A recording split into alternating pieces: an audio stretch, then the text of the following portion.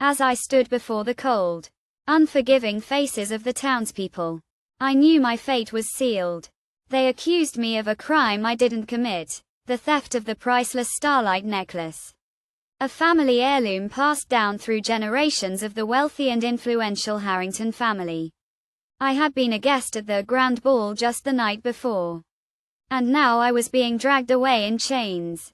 My reputation in tatters. The Harringtons' mansion loomed above the town. A monolith of stone and secrets. It was said that the mansion was cursed. That anyone who entered its walls would never leave unscathed.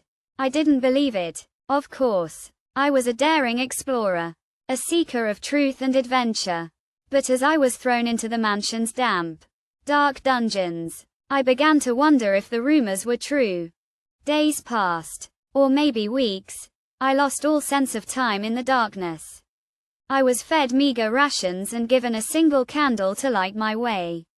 The flame danced and flickered, casting eerie shadows on the walls. I heard whispers in the night. The soft sobs of a woman. The creaks and groans of the old mansion. I knew I wasn't alone.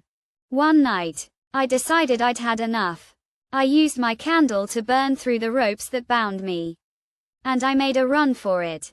The corridors were labyrinthine, twisting and turning in impossible ways. I stumbled through the darkness. My heart pounding in my chest. I could hear the guards behind me. Their footsteps echoing off the walls. As I ran, I began to notice strange things. Doors would slam shut on their own. And I'd hear the sound of footsteps ahead of me. Even though I knew I was alone, I started to feel like I was being herded, pushed towards some unknown fate.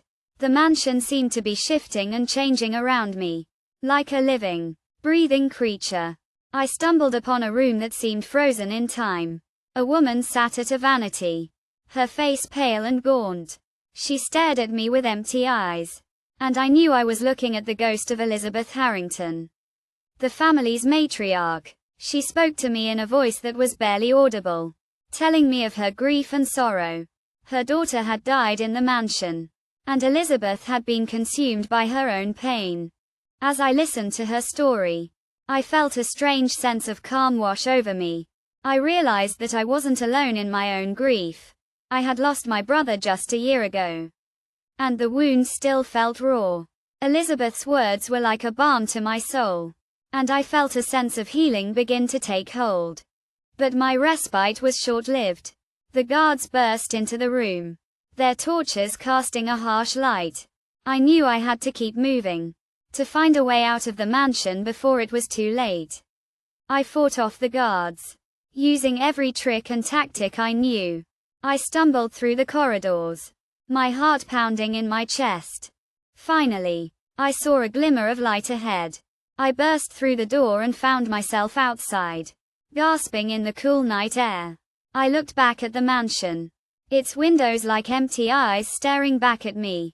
I knew I'd never forget this place, or the lessons I'd learned within its walls. I took a deep breath and started to run, the darkness of the night swallowing me whole. I knew I'd have to keep moving, to find a way to clear my name and bring the real thief to justice. The Harringtons would stop at nothing to keep their secrets safe. And I was now a threat to their power. I'd have to be careful, to stay one step ahead of them if I wanted to survive. As I disappeared into the night, I felt a sense of determination burning within me. I'd been trapped in the mansion, but I'd found a way out. And I knew that I'd be back, ready to face whatever dangers lay ahead. The mansion might have been haunted, but I was the one who was truly alive.